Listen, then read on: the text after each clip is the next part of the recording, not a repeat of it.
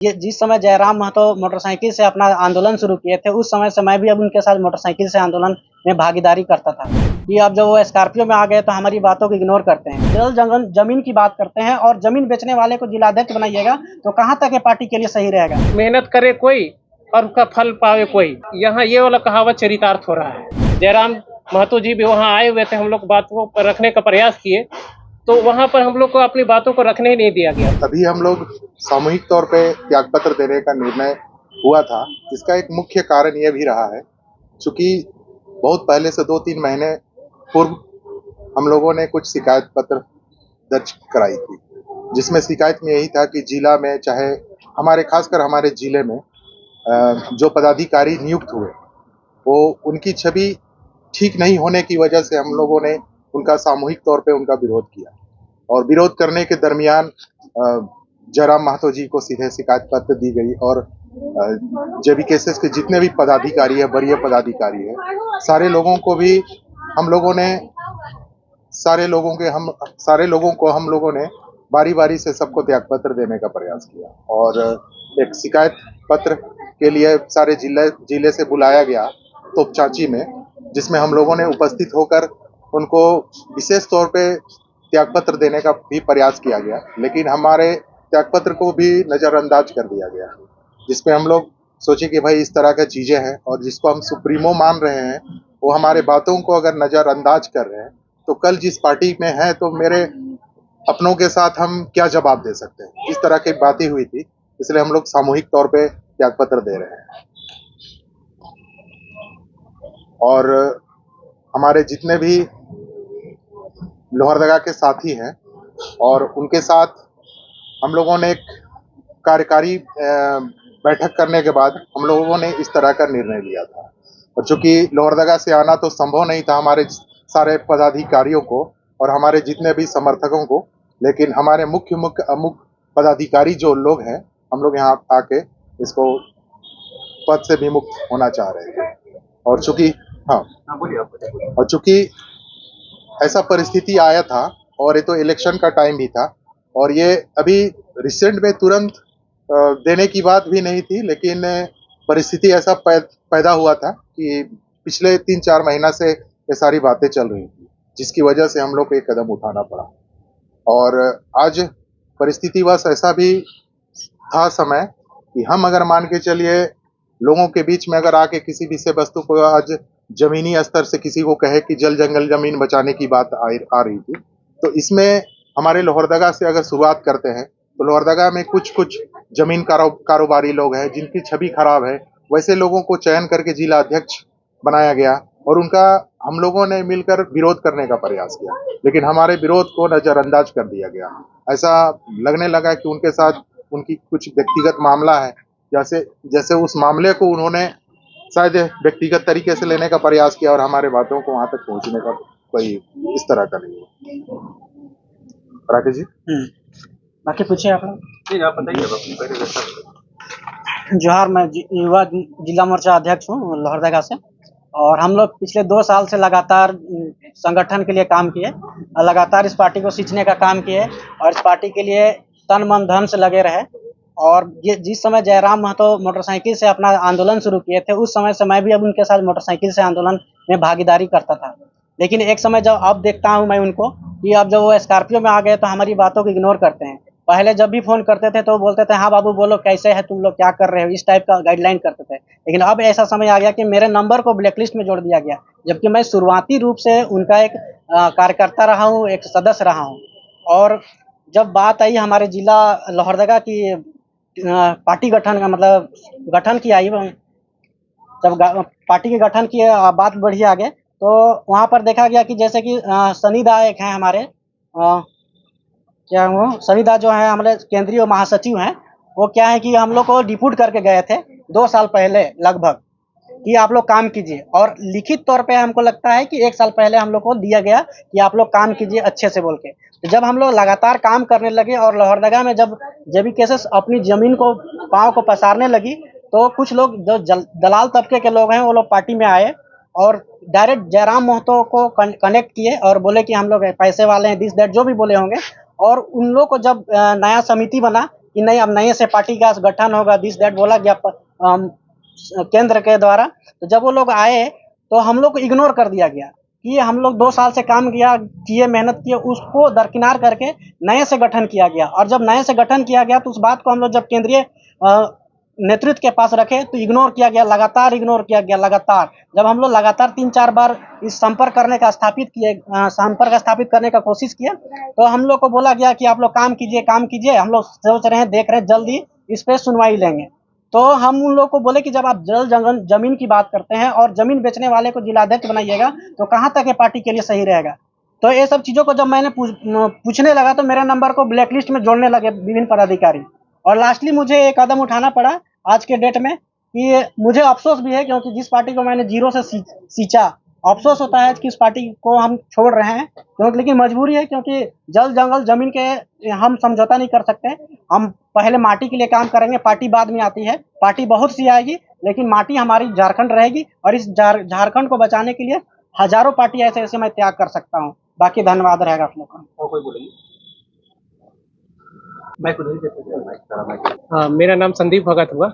मैं अभी वर्तमान में सह सचिव के पद पे हूँ जेबीके तहत जेल के। रही बात है कि झारखंडी भाषा खतियान संघर्ष समिति जेबीकेएस, अगर बात की जाए तो ये नीति सिद्धांत की बात करती है, झारखंडियत की बात करती है। ये आज उन मुद्दों के साथ में ये पार्टी चलने का शुरुआत की थी जो कि यहाँ की निहायत ज़रूरत है झारखंड के लिए। झारखंड अलग राज्य अगर हुआ तो जो निहायत यहाँ की ज़रूरत है, यहाँ का हक अधिकार की बात हो, यहाँ के खतियान की बात हो, यहाँ के मतलब मूल निवासियों को जो हक अधिकार की बात है उसको लेके चलने का ये प्रयास किया। अगर आज जेबीकेएस का जो गठन हुआ तो ये इसी वजह से आज जेबीकेएस का गठन हुआ। लेकिन आज वर्तमान समय में ये दिखाई देता है कि ये जिन मुद्दों के साथ में ये संगठन शुरुआत हुआ था वो आज ये यहाँ दिखाई नहीं देता है, वो अपने मुद्दों से भटक चुकी है। आज जेबीकेएस में आप देखिएगा बहुत मतलब जमीन माफिया, कोयला माफिया, बहुत प्रकार के जितने प्रकार के माफिया होते हैं आज जेबीकेएस के साथ में हो गए हैं। और ये जेबीकेएस संगठन नीति सिद्धांत से भटक गई है। आज शुरू में कहा जाता था कि जेबीकेएस एक ऐसा संगठन है जो कि नेता पैदा करेगी, जो किसी राजनीतिक पार्टी से बिलोंग नहीं करते हैं, जो कि कभी राजनीति से संपर्क ही नहीं रहा है। वो लोग नए हम युवा लोगों को लाएंगे, नए नेता बनाएंगे और एक सुंदर और हरा भरा झारखंड हम बनाएंगे। लेकिन यहाँ वो सब दिखाई नहीं देता है। अब तो यहाँ वर्तमान समय में यही दिखाई दे रहा है कि भाई वही पुराने राजनीतिक और जो भी और राजनीतिक दल है, वो है राजनीतिक दल के कुछ लोग हैं जो कि वहाँ से छोड़ के अपने स्वार्थ के लिए यहाँ पर आ रहे हैं और अपना यहाँ वर्चस्व स्थापित कर रहे हैं। तो वो जो पुराना जेबीकेएस था, 2-2.5 साल पहले का जो जेबीकेएस था, वो जेबीकेएस अब वर्तमान में नहीं रह गया है। और रही बात है कि लोहरदगा की बात है, तो लोहरदगा में जब जेबीकेएस कुछ नहीं था, वहाँ जब जीरो था, उस समय हमारे बड़े भाई सुभाष भगत जी, अभी जो वरीय उपाध्यक्ष है, ये और हम दोनों जन मिल के वहाँ जेबीकेएस को खड़ा करने का प्रयास किए। आप भरी ठंड में कड़कड़ाती ठंड में हम लोग स्कूटी में 2 लोग बैठ के कभी रांची, कभी बुढ़मू, कभी रामगढ़, कभी मांडर, कड़कड़ाती ठंड में हम लोग जाया करते थे। संगठन का कहीं कहीं बैठक होता था तो क्योंकि हम प्रभावित थे। हमको भी अब झारखंड से प्यार है, हमको भी झारखंड से लगाव है। हम भी चाहते हैं कि झारखंड में बदलाव हो। ये सब चीज़ें हम लोग बहुत सारे कष्ट को झेलते हुए हम लोग इस संगठन को आगे बढ़ाने का प्रयास किए। लेकिन हमको अब लगता है कि ये हमारा जो प्रयास था ये बेकार था। इसीलिए हम इन सब चीज़ों से त्रस्त है। और रही बात है कि संगठन की, तो हम लोग यहाँ है कि जेबीकेएस कहता है कि जो यहाँ मेहनत करेगा, और ऐसे भी कहता है जो मेहनत करेगा उसको फल मिलेगा। लेकिन अब यहाँ है कि मेहनत करे कोई और उसका फल पावे कोई। यहाँ ये वाला कहावत चरितार्थ हो रहा है, ठीक है। इसीलिए हम तो यहाँ कहेंगे जो भी यहाँ शिकायत दर्ज हम लोग किए थे, वो शिकायत जिला कमेटी में जो भी चीज़ें हुई है, पैदा हुई है, उसका शिकायत हम लोग सबके पास किए। केंद्रीय अध्यक्ष महोदय के पास किए, वरीय उपाध्यक्ष महोदय के पास किए, प्रधान महासचिव महोदय के पास किए। जबकि हम लोग को तोपचांची में एक बैठक था जो कि हर प्रमंडल से बैठक बुलाया गया था, दक्षिणी प्रमंडल का ही बैठक बुलाया गया था, तो हम लोग गए हुए थे। वहाँ पर हम लोग अपनी बातों को रखने का प्रयास भी किए। जयराम महतो जी भी वहाँ आए हुए थे, हम लोग बातों को रखने का प्रयास किए, तो वहाँ पर हम लोग को अपनी बातों को रखने ही नहीं दिया गया। बहुत सारे पदाधिकारी लोग नहीं, आप थोड़ा सा ठहरिए, लेकिन फिर भी हम लोग अपनी बातों को रखने का प्रयास किए। तो जब जयराम दा और बोले अच्छा ठीक है। उनको जब बोलने का प्रयास किया तो जयराम साहब यही बोल के हम लोग को बोल दिए कि नहीं मेरे पास अभी टाइम का अभाव है। तो हम कहना चाहते हैं कि कोई भी संगठन का पूंजी कार्यकर्ता होता है। अगर कार्यकर्ता कमजोर है तो आपका संगठन कभी आगे नहीं बढ़ सकता है। ठीक है, अगर आप अपने कार्यकर्ताओं की समस्याओं को अगर सुनने के लिए आपके पास अगर समय नहीं है तो फिर आप किस प्रकार का नेता हुए। ठीक है, तो अगर आप आज जेबीके से संगठन अगर आज कोई पद पोस्ट पे नहीं है, अभी वो संघर्ष कर रहा है, लड़ाई लड़ रहा है ना, जगह पे आने के लिए, अगर अभी वो हमारी समस्याओं को नहीं सुनता है तो आने वाला समय में अगर वो पद पे आ जाएगा तो क्या है कि जरूरी है कि हमारा समस्या को सुनेगा? नहीं सुनेगा। हमको कैसे विश्वास है कि सुनेगा? इसलिए अगर जो संगठन हमारी समस्याओं को अगर नहीं सुनता है तो फिर उस संगठन में रहने का कोई मतलब नहीं होता है। इसीलिए हम लोग सभी लोगों ने निर्णय लिया है कि जब हमारी बातों को अगर नहीं सुना जाएगा, हम लोग शीर्ष नेतृत्व जो कि अभी केंद्रीय अध्यक्ष है उनके पास अपनी बातों को रखें। अगर वो हमारी समस्याओं को नहीं सुनते हैं तो फिर हम लोग किसके पास जाएंगे? उससे बड़ा तो और कोई है नहीं। तो बस इन्हीं सब बातों है, इसीलिए हम लोग को बोला कि ठीक, और भी पदाधिकारी उन लोगों के द्वारा आश्वासन दिया गया कि नहीं ठीक है, आपकी बातों को हम लोग विचार करेंगे। अब उसके बाद हम लोग कोई फैसला लेंगे। हम लोग को 10 दिन का समय दीजिए, 15 दिन का समय दीजिए, 20 दिन का, 1 महीना का समय लेते गया, लेकिन कोई निर्णय नहीं लिया गया।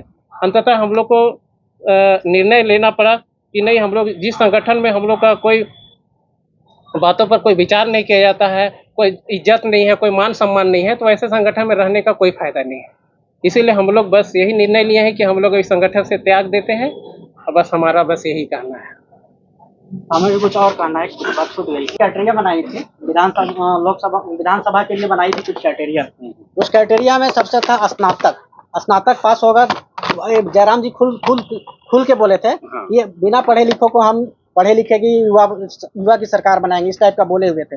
पढ़ा हुआ लिखा हुआ युवा का सरकार बनाएंगे। लेकिन अभी जो वर्तमान में जो हमारे लोहरदगा का जो बना है प्रत्याशी, वो इंटर पास है, सोचिए। और वो किसी कोई बड़ी आंदोलन में भी नहीं रहा है। इसी तरह कांग्रेस से कि कहाँ से आया है, जहाँ भी आया होगा दूसरी पार्टी से आके अभी तुरंत टिकट ले लिया और चुनाव लड़ रहा है।